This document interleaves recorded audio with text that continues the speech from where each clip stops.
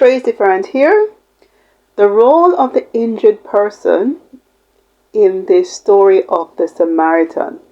This is a role that has not been spoken about as much. The story focuses on, well, people I've heard, they speak mostly about the Samaritan who came to the rescue.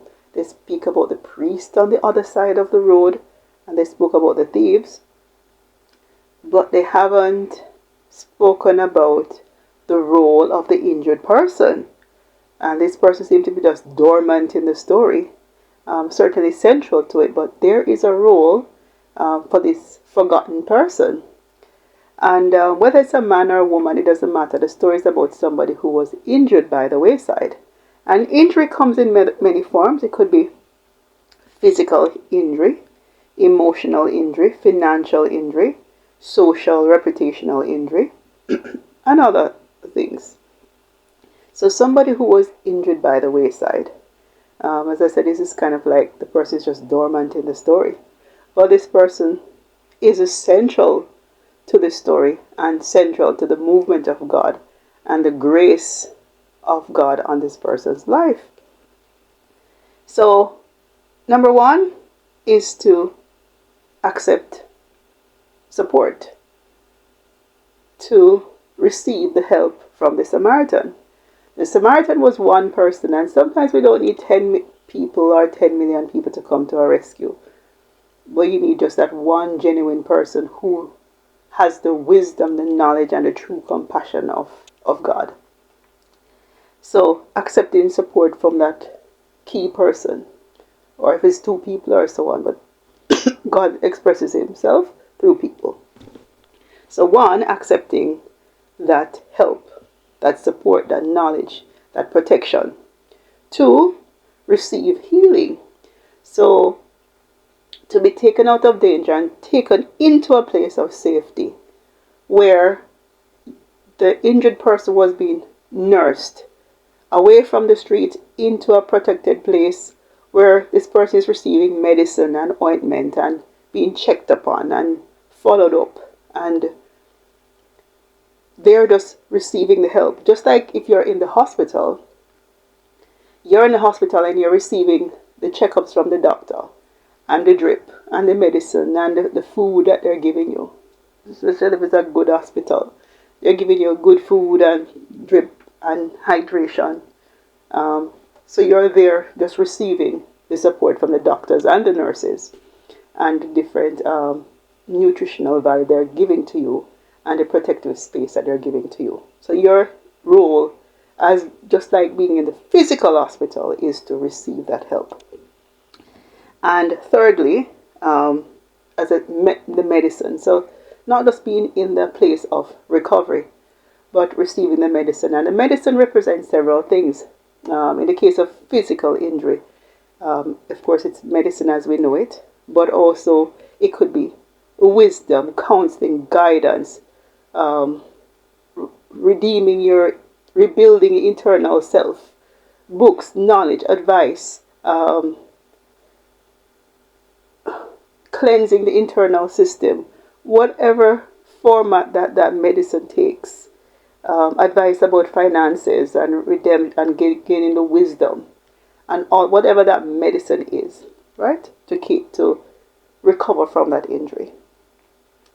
Or whether it's an internal injury of emotions or whatever it be, physical, whatever form the injury takes, or a spiritual injury, to receive that medicine. And 4 is be thankful. Be thankful to God that, He sent a good Samaritan your way. And to express gratitude to God for showing up, and not leaving you by the wayside. And the other thing is, don't go back. Number 5, don't go back on the path where you got injured. If you notice, we don't see the story saying the person went back to walking on the street alone in the night, or walking on a lonely street, or so on. We don't see that case. Because maybe even the Samaritan would have cautioned and said, don't walk on that street again. And it could be a literal street, where they received a knife wound or whatever it be, but also a pathway where people are out to injure you mentally, physically, spiritually, financially, emotionally, to avoid that place where you got injured. Because you're not going to be putting yourself back in danger again. And so too, it's very important not to go back on that path and to put yourself in the way of thieves. Now, a thief comes to steal, to kill, and to destroy. That's what the enemy does. And comes to steal your peace, your self-esteem, your finances, your sense of security, your foundation. That's what a thief, your reputation. So many things a thief comes to steal. So it could be a literal thief, or it could be somebody, or in the form of an enemy that comes to rock you. An enemy comes in many forms. Sometimes it's an alligator, or sometimes a hyena where you can hear them, but sometimes it's also a snake. So it's very important to know the kind of enemy and the kind of whatever thing that is being stolen from you. So don't go back on that path. And I'm sure that the Samaritan would have cautioned, saying, don't go back in the way of those thieves, because they have one agenda. And that agenda, you see the outcome of it. So don't go back there. So the role is to don't go back in the pathway of thieves. Number 6, get back on your feet. Now, I don't know how long it took, because some people may think it's 3 days. No, maybe this person would have had to receive stitches and so on. So maybe they were in the Samaritan's care for maybe 6 months. We don't know. Could be a week, could be 6 months. We don't know how long it took, depending on the nature of the injuries. But he was set upon by thieves. Can you imagine several men beating you with stick or knife or sword or whatever it was? So it could have been a prolonged period that this person was under treatment. And so after that period, 6 months, if it take you a while to receive financial recovery, whatever it is, that reputational recovery, emotional recovery, mental health recovery, self-esteem recovery, destiny recovery, broken connections with different people because of what the thief stole, recovery of deliverance from fear and anger, whatever it is that the thief would have interrupted in whatever format, or it could be literal, something physical that was stolen, to get back on your feet. So whether it takes a year, 5 years to focus on rebuilding, that is the role of the injured person. And to discern, to learn the lesson, number 7, to learn the lesson and to discern. And to discern for your future. Discern what is good for you, and discern who is good for you and who is not good for you, and what pathway is good for you and what pathway is not good for you.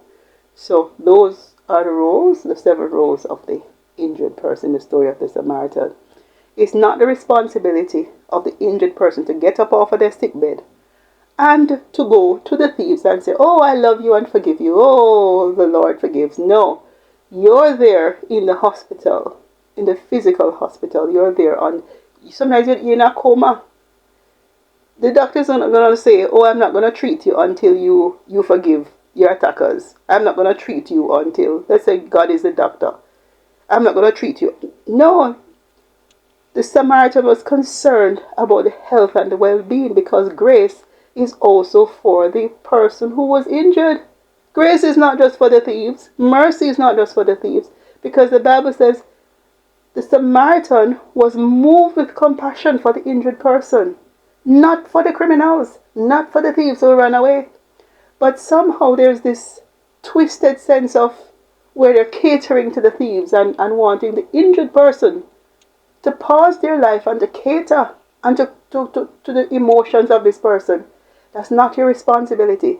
It is the responsibility of the thieves to introspect and to look into themselves and to find redemption through God.